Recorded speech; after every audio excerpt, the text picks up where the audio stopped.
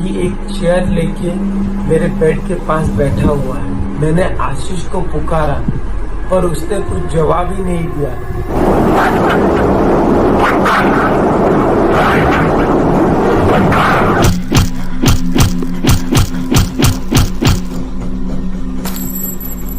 हमारी समझ में बिल्कुल नहीं आ रहा था कि जो भी चीज वहां ऊपर छत पे थी वो अंदर तो नहीं आई। फिर आशीष को कैसे बस में किया? अभय की बातों से हमने प्लान बनाया कि हम आशीष को उठा लेंगे। कमरा इस तरह तहस नहस हुई पड़ी थी जैसे कोई तूफान आया हो।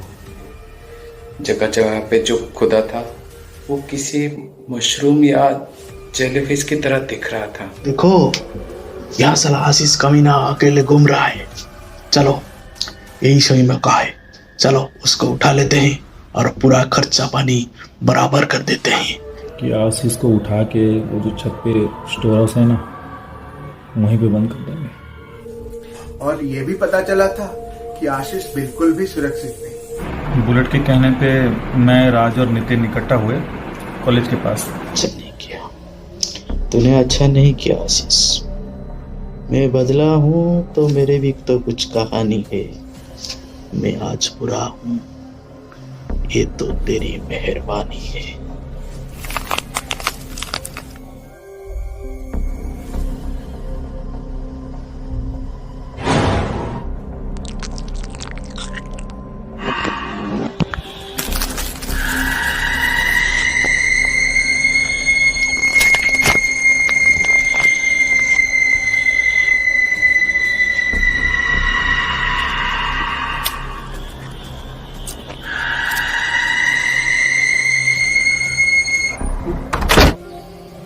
बस जैसे कोई कद्दू फटा हो, इसी तरह सर फट के बिखर गया रास्ते पे। फिर सामने से आते हुए ट्रक के साथ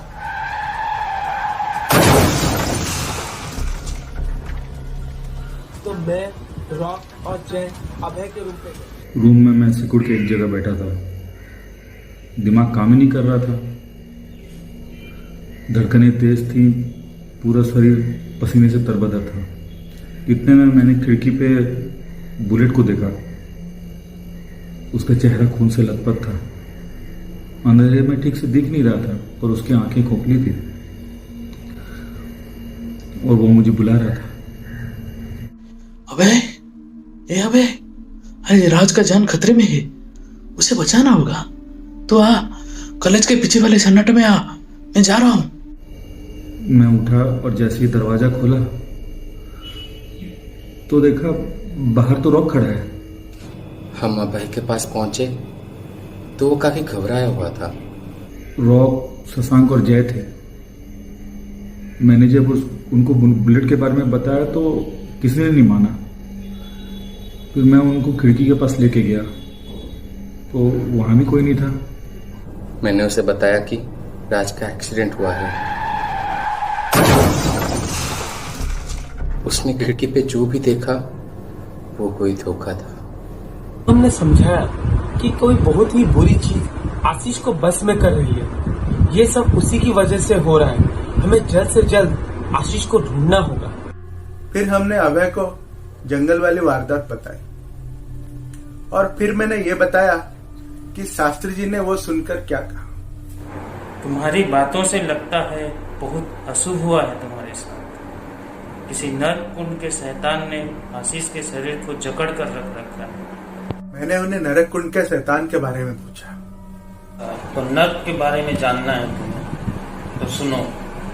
किस प्रकार के नरक होते हैं, जिनमें 86 प्रकार के नरक कुंड होते हैं। इनमें से 7 नरक और 24 नरक कुंड पाताल में पाप से भरे आत्माओं में दानव वास करता है। इन दानवों की आत्माओं को नरक कुंड के ताप से गुजरना होता है। नरक कुंड की यातना से इनकी आत्मा का शुद्धिकरण होता है और वो पाप मुक्त होके अगले जन्म के लिए प्रस्तुत होते हैं। तो ये आशीष तक कैसे पहुंची?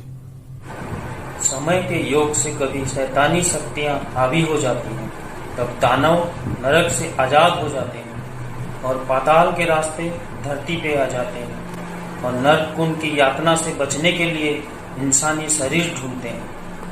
आप इतनी यकीन से कैसे बोल सकते हैं?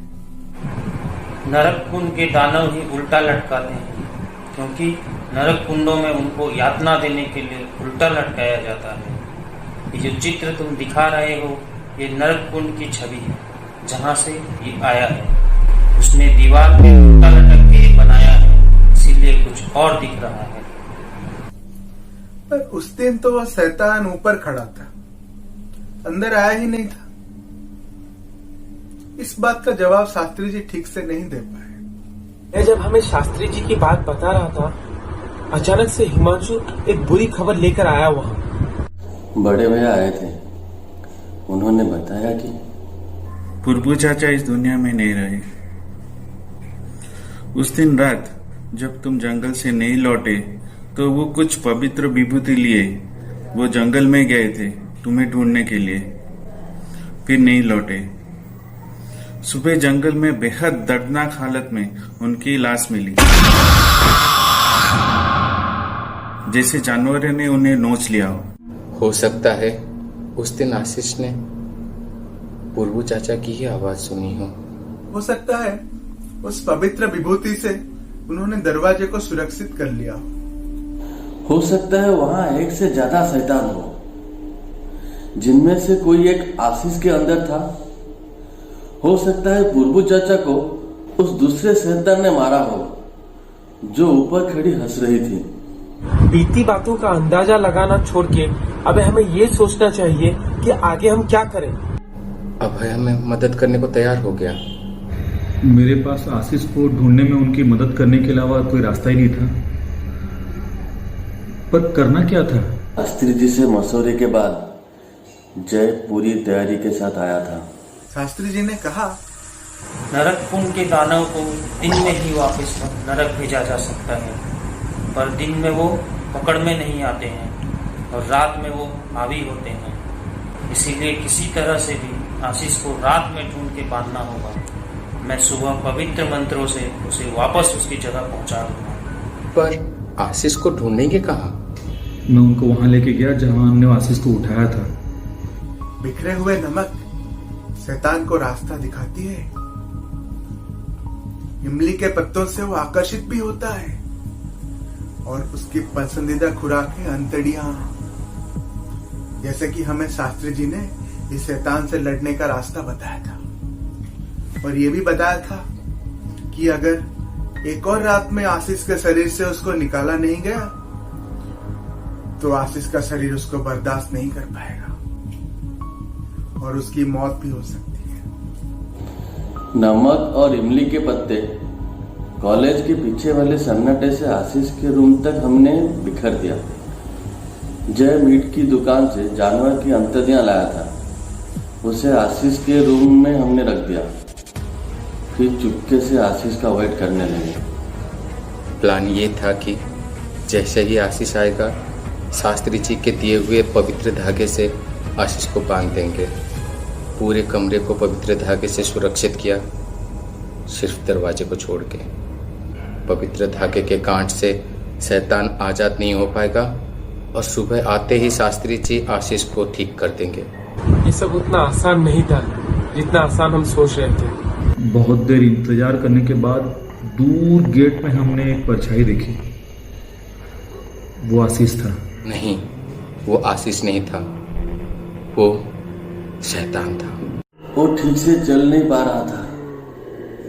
कभी 2 पैरों में तो कभी हाथ और पैरों के सहारे रेंगता घसीटता आ रहा था।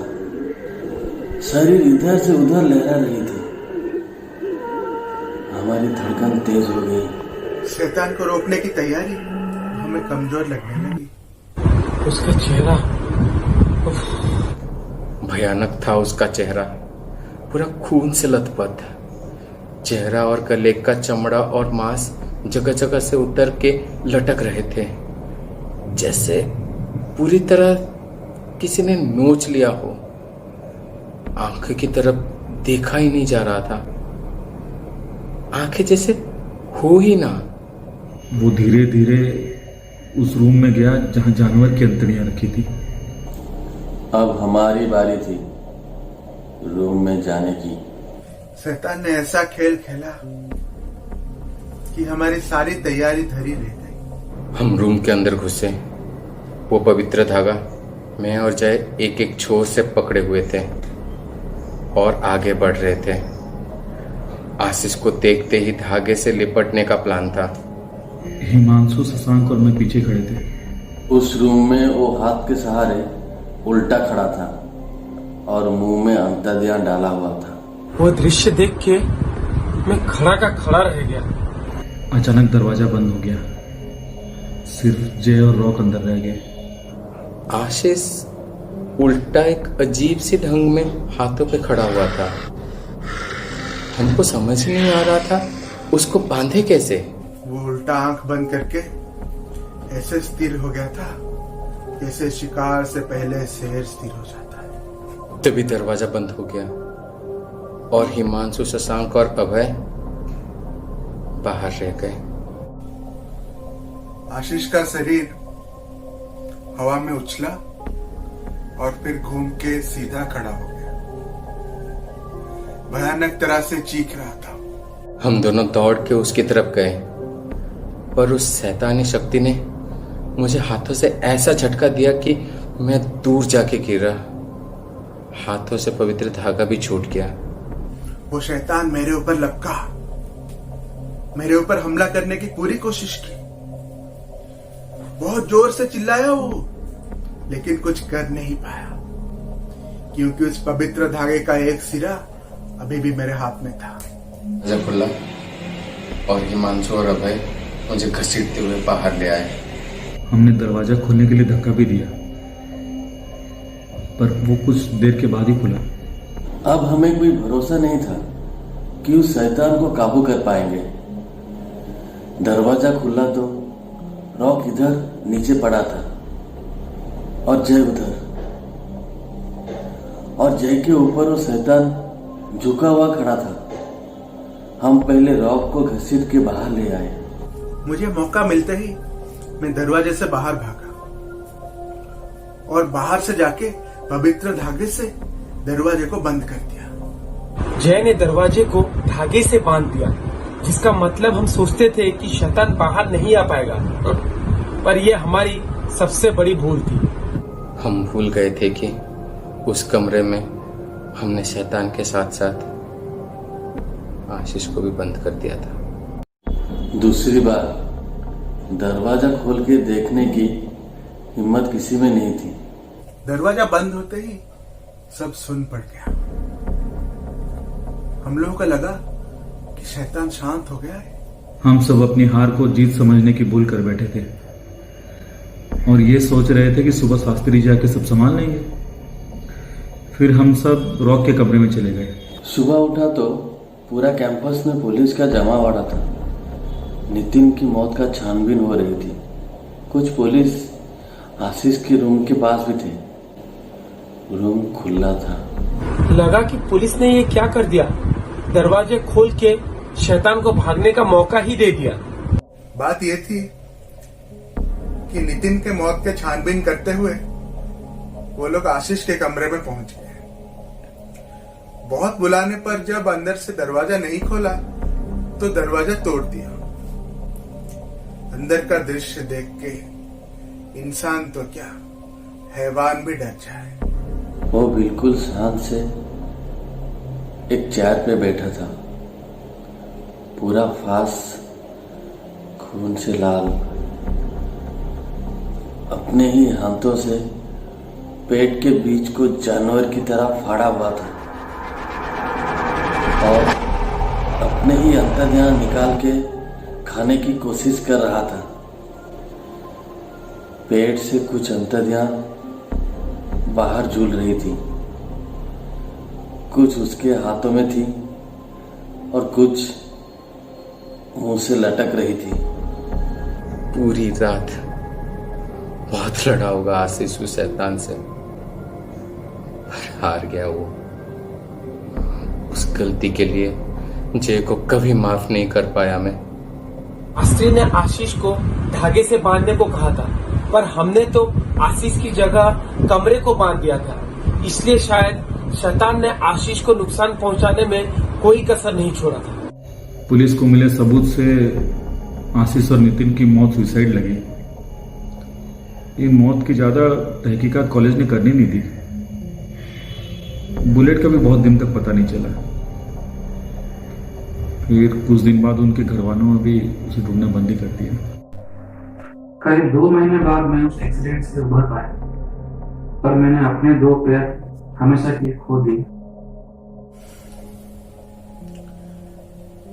रॉक को इस ट्रिप, उसकी जिद और उसकी जोखिम उठाने की आदत के लिए किसी ने माफ नहीं किया।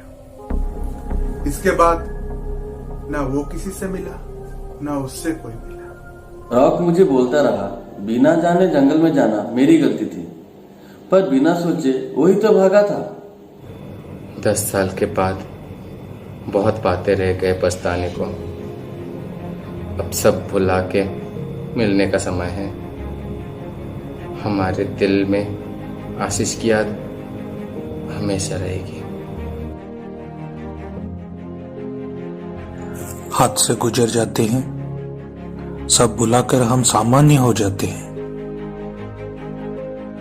डर चला जाता है, खुशियां लौट आती हैं, पर एक चीज जहन में बैठा रह जाता है कि आपने उसे देखा था। एक बात अभी भी साफ नहीं हुई। जो शैतान आशीष के अंदर था, पवित्र धागे से उसका नाश हुआ। जो शैतान छत पे था और पूर्पू चाचा पे हमला किया, वो विभूति से नाश हुआ। पर एक और शैतान भी था जिससे मैंने देखा था और वो मुझे वश में करना चाहता था। उसका क्या हुआ? उसका क्या हुआ? उसका क्या हुआ?